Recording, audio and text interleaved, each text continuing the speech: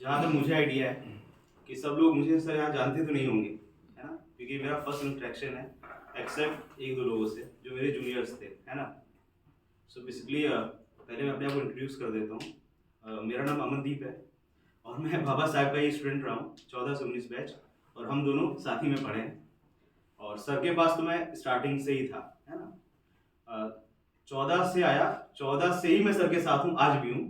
और अभी भी मैं कहीं भी फंसता हूँ, कुछ भी होता है, ए टू जेड कहीं भी, तो मेरा कॉल पहले आता है, वो धीरेन्द्र सर के पास आता है ना? बाकी धीरेन्द्र सर तो वही हैं यहाँ पे गाइड करने के लिए।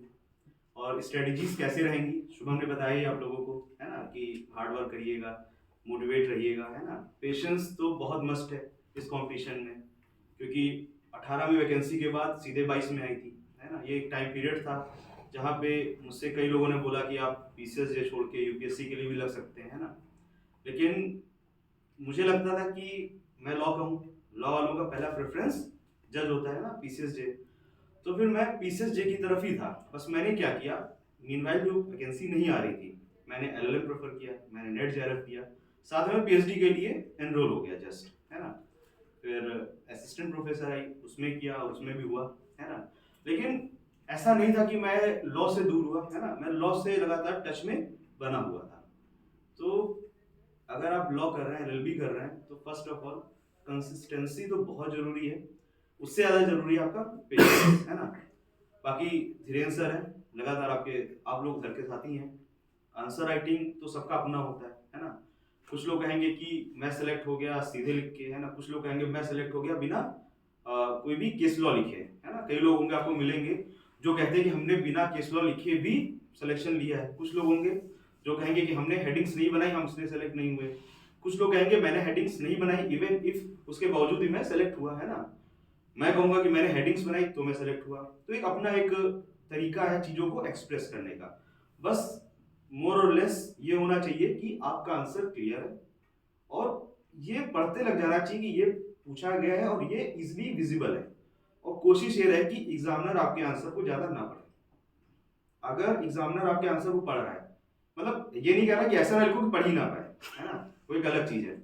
एग्जामिनर ने पूछा ये क्या है, आप उसको इतना मतलब प्रिसाइज वे में लिख दीजिए कि उसको देखते ही पता चल जाए कि हाँ ये मेरा आंसर था, क्वेश्चन था, ये मेरा आंसर है और अब मुझे इसके आगे पढ़ने की जरूरत नहीं है ना? तो वो सबसे बेस्ट टेक्निक रहती है मेरे हिसाब से। बाकी मोटिवेशन तो सबके अंदर रहता ही है, कोचिंग में आप लोग, है ना? और उसके अलावा कोई क्वेश्चन हो तो आप लोग कर सकते हैं। यूपी की vacancy within a week notify हो जाएगी। हाँ वो तो हो रही है। ये इनको ये बताओ कि अगर मान लो कोई स्टूडेंट है, हाँ। जैसे कुछ बच्चे ऐसे हैं जिन्होंने अभी एडमिशन लिया, जिनका सिलेबस कंप्लीट नहीं है, तो अगर 2 महीने मिलते हैं तो 2 महीने में उन्हें कैसे प्रिपेयर करना चाहिए? ये बहुत सही चीज है। देखो मैं बताऊँ आपको, ये जरूरी नहीं है कि आप साल भर बैठ के पढ़ाई करिए।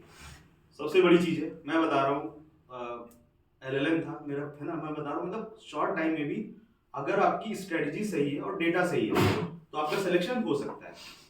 एलएलएम का मेरा इंटरेस्ट लगा हुआ था, मैंने कई जगह का फॉर्म भरा था जिसमें से क्लैट भी था, एलएलयू दिल्ली भी था, है ना? फिर हुआ क्या, मैं बोरिया बिस्तर उठा के 4 दिन के लिए कमरे में बंद हो गया। 4 दिन मैंने पढ़ा, 5वें दिन मेरा डिसर्टेशन यहाँ पे लगा हुआ था, मैं छोड़ के आ गया। लेकिन उस 4 दिन की प्रिपरेशन में मेरा एनएलयू भोपाल मिला, ऊपर से एनएलयू दिल्ली मिला। अगर लॉ के हैं आप इन दोनों इंस्टीट्यूट को जानते होंगे, है ना? फिर उसके बाद जब एलएलएम हो गया मेरा, जेआरएफ आया। जेआरएफ में कोविड था, मैं पूरे कोविड नहीं पढ़ पाया, मेरे पास बुक्स नहीं थी। मैं बुक्स लेकर आया, मैंने बाहर एक रूम लिया, शायद 11 दिन या 10 दिन में पढ़ पाया। लेकिन कंसिस्टेंसी थी, अगर एक दिन पढ़ रहा हूँ तो ऑनेस्टली पढ़ रहा हूँ। जहां डाउट हो रहा है सर को सीधे फोन लगा रहा हूँ कि सर इसमें मुझे पढ़ना क्या है। देखो मैं कभी भी पढ़ता था तो मैं ऐसा नहीं सीधे बुक उठा के बैठ गया पढ़ने, मैं पहले सर को फोन करता था कि सर ये चैप्टर है, अगर मान लीजिए टॉर्ट है ना? टॉर्ट में अगर मैं डिफॉर्मेशन पढ़ रहा हूँ तो इसमें मुझे कितना पढ़ने की जरूरत है, मैं सर से सीधे पूछता था, उतना करता था। 10 दिन में जेआरएफ निकला, ठीक है। फिर असिस्टेंट प्रोफेसर की वैकेंसी आई, तो उसमें भी घर में कुछ पर्सनल वर्क्स थे जिसकी वजह से मैं दिन भर बाहर रहता था। तो 13 दिसंबर को शुभम था ना, वो नहीं 13 नवंबर को हरियाणा का पेपर था, 13-11 नवंबर को, 13-11 नवंबर को हरियाणा का पीसीएसजे का पेपर था। हालांकि मेरा टारगेट नहीं है, मुझे यूपी के बाहर अच्छा नहीं लगता, ठीक है, तो मैंने क्या किया, सब लोग जा रहे थे तो मुझसे बोले, मैंने कहा नहीं, समय कम है, अब मैं आज से स्टार्ट करने जा रहा हूँ असिस्टेंट प्रोफेसर का, मैं 2 जगह फोकस करूंगा, मैं नहीं कर पाऊंगा। मैं 13 नवंबर से बैठा, 28 नवंबर तक मैं वो पेपर भी दिया, मेरा निकला, अभी असिस्टेंट प्रोफेसर पे एनएस में हूँ। अब मैं बताता हूँ, मैं प्रीलिम्स देकर गया यहाँ से, जो सर कह रहे हैं ना कि जिससे अगर आप लोग को डाउट है कि आज हम आए हमारा सिलेक्शन नहीं हो सकता, ऐसा नहीं है। इस पूरी जर्नी में ऐसा भी नहीं था कि मैं हमेशा से बहुत ज्यादा लगातार लगा हुआ था, बस इतना था कि अगर मैं 10 दिन पढ़ रहा हूँ, 15 दिन पढ़ रहा हूँ, तो मेरा फोकस है। साथ में मैं अपने कंटेंट को एनालाइज कर रहा था कि ये जो मैं पढ़ रहा हूँ वो सही है कि नहीं सही है। चलो ठीक, ये तो छोटे एग्जाम्स हो गया। पीसीजे की बात करें तो मैं प्रीलिम्स जब दे रहा था तो मेरा 6 नवंबर को असिस्टेंट प्रोफेसर रिजल्ट आया, और अभी तक मैंने कुछ नहीं पढ़ा था, है ना, बस इंटरव्यू के पॉइंट ऑफ व्यू से कुछ कॉन्सेप्ट्स मैंने देखे थे। अब 6 नवंबर को आया और उसमें मेरा सिलेक्शन था वो प्रोविजनल में डाल दिया उन्होंने। ऑनलाइन काफी भागदौड़ रही। थोड़ा उधर करके। अच्छा, कैमरा है सर? हाँ वो लोग हैं ऑनलाइन। अच्छा, अच्छा, अच्छा। हाँ वो लोग ऑनलाइन भी होंगे ना कुछ बच्चे। अच्छा।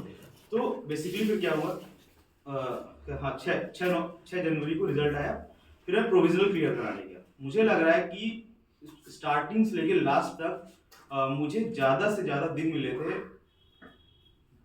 18 से 20 दिन मिले थे सर, उससे ज्यादा नहीं मिला था, है ना। 18 से 20 दिन में किया, वहां पे मेरा प्रीलिम्स निकला। फिर प्रीलिम्स निकला, मैं ज्वाइन करने गया यहाँ से 14 फरवरी को देके।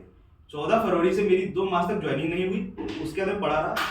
पूरे मार्च भर में ज्वाइनिंग में परेशान, मैं मेंस नहीं पढ़ पाया। अब अप्रैल में मैं पढ़ने बैठता हूँ, अब वहां पे मेरी एग्जाम ड्यूटी लगती है।